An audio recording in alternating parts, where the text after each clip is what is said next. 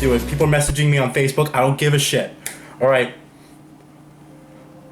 I've never seen this before, I swear. Every new day holds a promise.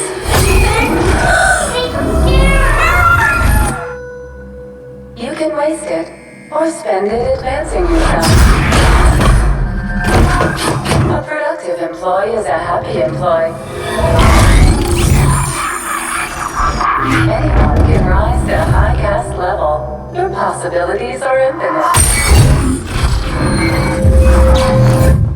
Personal freedom comes at a price.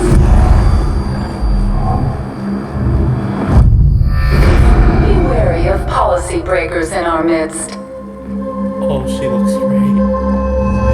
Yes! Faith, are you there? Gotta run with Kruger, but I got something for it. I'm taking her out.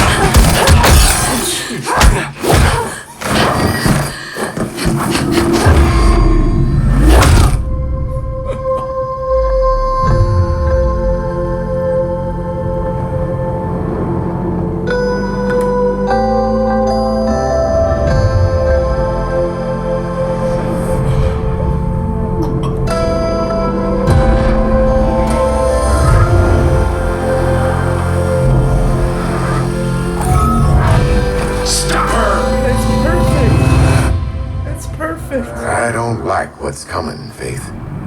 This city is changing, and not for the better. Unless, of course... It's Morgan Freeman! Morgan Freeman's in the beginning. You, on the ground, now! Go on, girl. Save us all.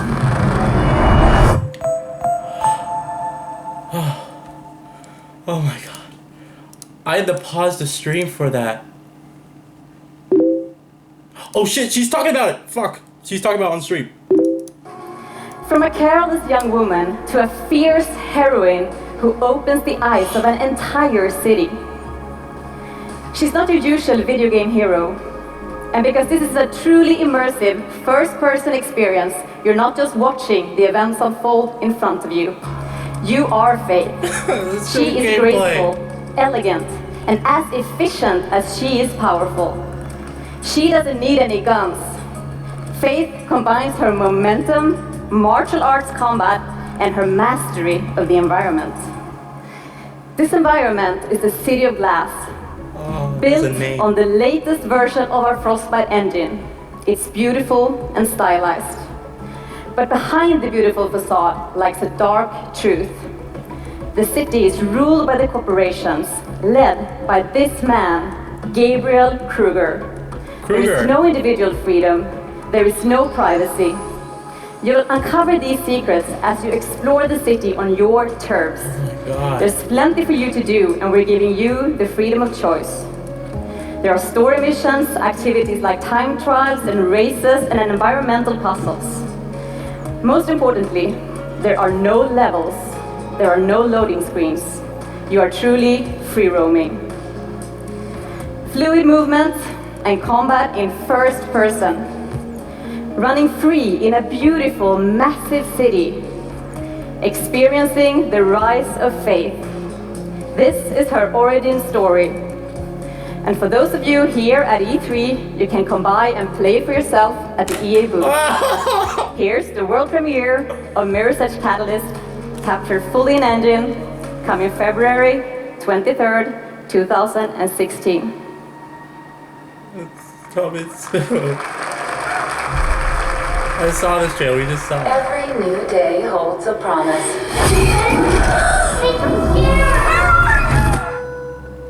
You can waste it, or spend it advancing yourself. A productive employee is a happy employee. Anyone can rise to high caste level. Your possibilities are infinite.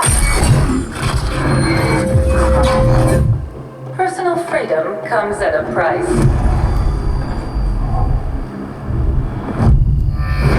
Be wary of policy breakers in our midst. Kruger sect. The body armor. The cops says Kruger. Faith, are you there? Gotta run with Kruger, but I got something for it. I'm taking her out.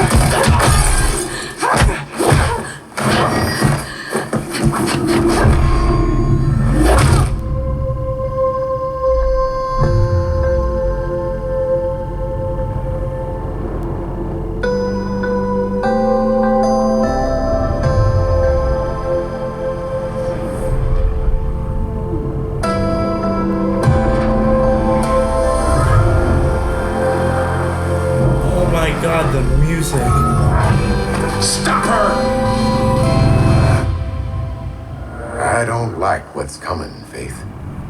This city is changing, and not for the better. Unless, of course, we stop it. You, on the ground, now! Come on, girl. Save us all.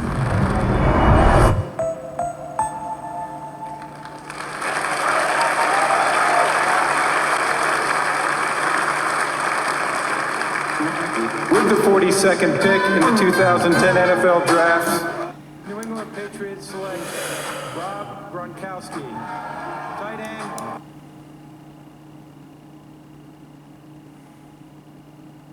I waited 7 years, you know, and I was one of the more vocal fans of Mirror's Edge, crying out for a sequel. And you know, you can only imagine and do your best to imagine this day come. Nothing, though,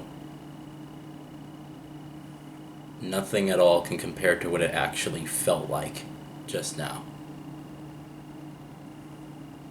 Everything that I saw, from the art style, the music,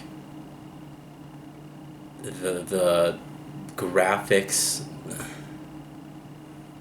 the style of movement, how she runs, how she's fluid, everything is a significant, substantial leap above what the first game was. And the first game, although had its issues here and there, was a gem, and it was radically different from anything else that ever came before it. You can say what you want about, oh, it's basically a first-person Assassin's Creed set in a futuristic city, but it's much more than that. What Mirror's Edge does is it combines a certain style and an attitude with everything that it does. It doesn't do everything just for the sake of looking cool. It does it with style. And that was style. Everything there was stylistic. You know, it's about setting up and creating a world that is extraordinary. Creating a world that you want to explore. A massive world, a world without limits.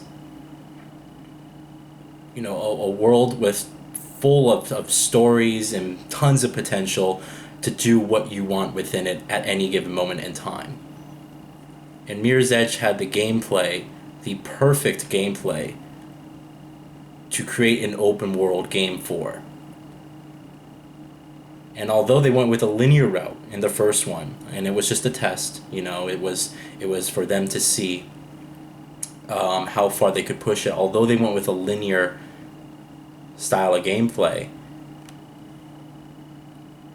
you would look off into the distance atop a rooftop at times in this very straightforward linear level, and you could only dream and imagine what it would be like to go across the ocean on the other side of the city, or go down to the streets. You know, occasionally, sometimes you can actually glitch the game and go down there, all right? But it didn't feel alive. It wasn't part of the game. You know, it was just civilians without faces, walking in straight lines, traffic that would just drive. It wasn't part of the game. The game was primarily built on rooftops.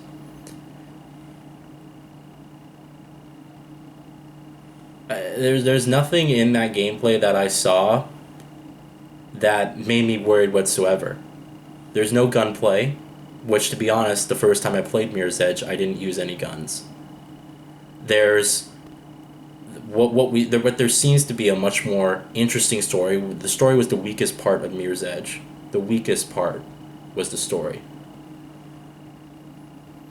And I'm ashamed to admit this right now. I really am. The first time I was a different gamer way back then, all right? The first time I played Mirror's Edge, I am not kidding you, I skipped 80% of cutscenes in the game. The first time I played Mirror's Edge, I skipped nearly all of the cutscenes.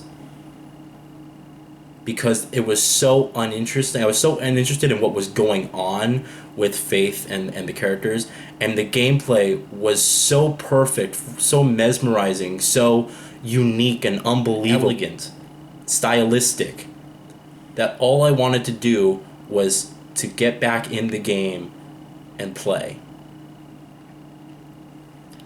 February 23rd, they took their time. And you can see and you can hear the passion that went into this project. Everything from how the game looks and flows to how the developers discuss working on the project. It's absolutely beautiful, this game. And I again, it's just like 7 years it's been since the last one. And every E3, you're just waiting and hoping and waiting and hoping. And I know some people can relate to that. Many of you guys who are Half-Life 2 fans, you could definitely relate to that. Many of you guys who were Fallout fans, you got, Fallout New Vegas, but it wasn't the quality level of Fallout 3. But at least with those games, you could take a step back and you could play something that's similar. Almost, like Half-Life is an FPS, a very, very good FPS with an interesting world, but it's still an FPS. Compare a game to Mirror's Edge that came before it, and then compare a game to Mirror's Edge that came after it. The closest thing we got to Mirror's Edge that came after it was, Dying Light tried it, and Dying Light did a pretty decent job. There was some indie games that tried it, but we never got a huge AAA blockbuster, especially with this style. I am going to do a full a trailer analysis on the gameplay. I am, and it's going to be long, even though the trailer was only 2 minutes. And to be honest, what I was watching before, when I first started this video was on the YouTube channel. They actually leaked the gameplay ahead of time because EA was talking about sports. Alright, and the sports is popular with them, but they actually leaked the gameplay ahead of time. And everything, the way she looks, the city looks, everything. There's not much more else I can take a look at here, and I can't think of anything right now that anything I saw that I didn't like, or anything I saw that I was concerned about. It's the perfect blend. I hope that in terms of the longevity of the game, I will say this, is that I hope there's some sort of multiplayer mode in there. And yes, it's important to balance your world with activities. And of course they said that there's going to be lots of stuff to do in this world. But I really hope for longevity's sake, there's some sort of free roaming multiplayer in there. Because that experience itself, separate from the campaign, is what's really going to pull this game apart even further than it already pulled itself apart from everyone else. So, bottom line is this. I'm in shock. I'm in shock. I'm excited, and I can't wait. It looks gorgeous. The world is perfect. The city of glass, they call it. Perfect name, because the city is glass, but the screenshots, this is a world that is interesting. And I know a lot of people say there's so much sci-fi and futuristic stuff, but I have never seen, you only dream of a world, a science fiction futuristic city world like Mirror's Edge. You have the dark sci-fi. Sci-fi typically is portrayed in dark futuristic tones. Deus Ex is dark. Mass Effect is dark. It's all dark. This game welcomes in light and color for a vibrant, very distinct world that really separates itself from the crowd. And that's why this game is so interesting to play and so interesting to experience. It's just because how different everything is from everything else. So I can't believe that I just watched the reveal gameplay. I'm looking at it again now. Oh, jeez.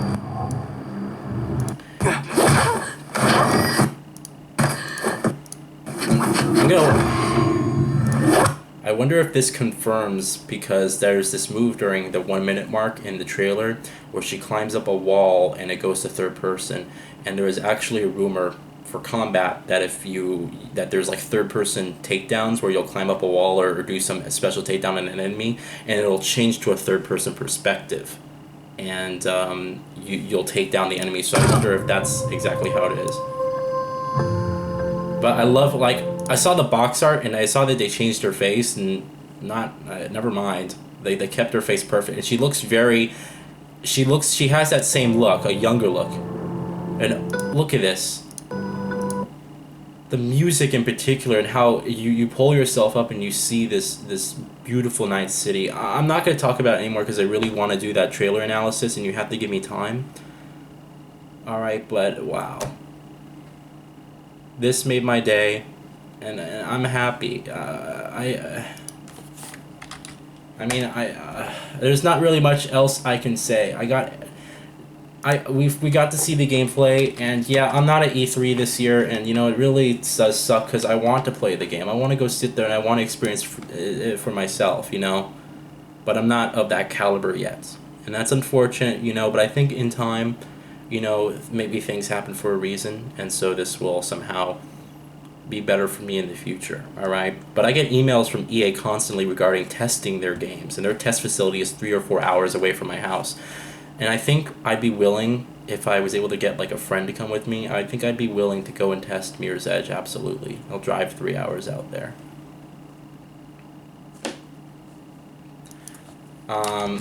So there is pre-order bonuses, by the way.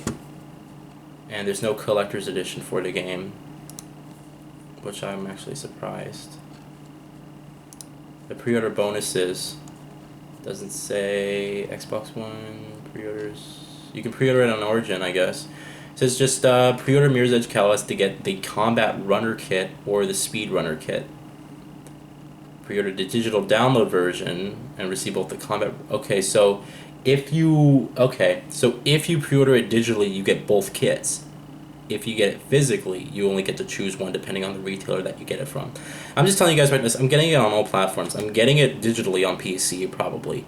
And then I'm going to get the physical PS4 and Xbox One versions.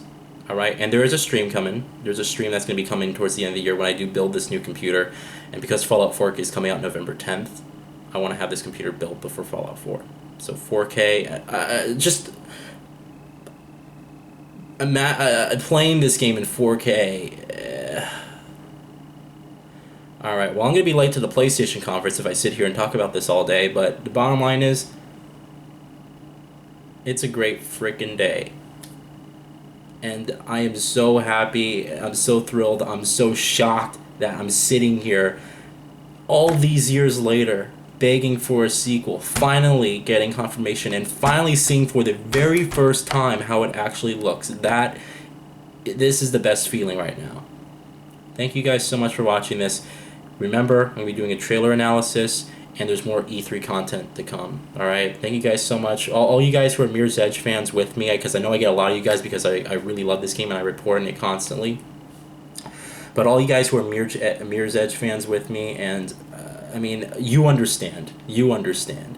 And for those of you guys who haven't given the game a shot, I do hope that you'll actually will. Because although it's short, and although it has its issues, it's a completely unique experience and unlike anything you ever played. And Jacob's tired and sleeping, so alright. I'll talk to you guys later. Have a great day. Thanks for watching.